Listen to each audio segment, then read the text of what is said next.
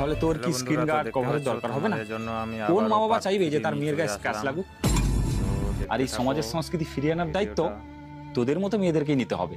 কিন্তু বাবা, মেয়েদের বেলা সবকিছু বাধা কেন? কই, ছেলেদেরকে তো কেউ কিছু বলে না। ওরা যেখানে খুশি ঘুরে বেড়াবে, যেমন খুশি জামা কাপড় পরবে। কই, ওদেরকে তো কেউ বাধা দেয় না। মারে, ছেলে আর মেয়ের মধ্যে অনেক তফাৎ, যেমন লোহা আর সোনার।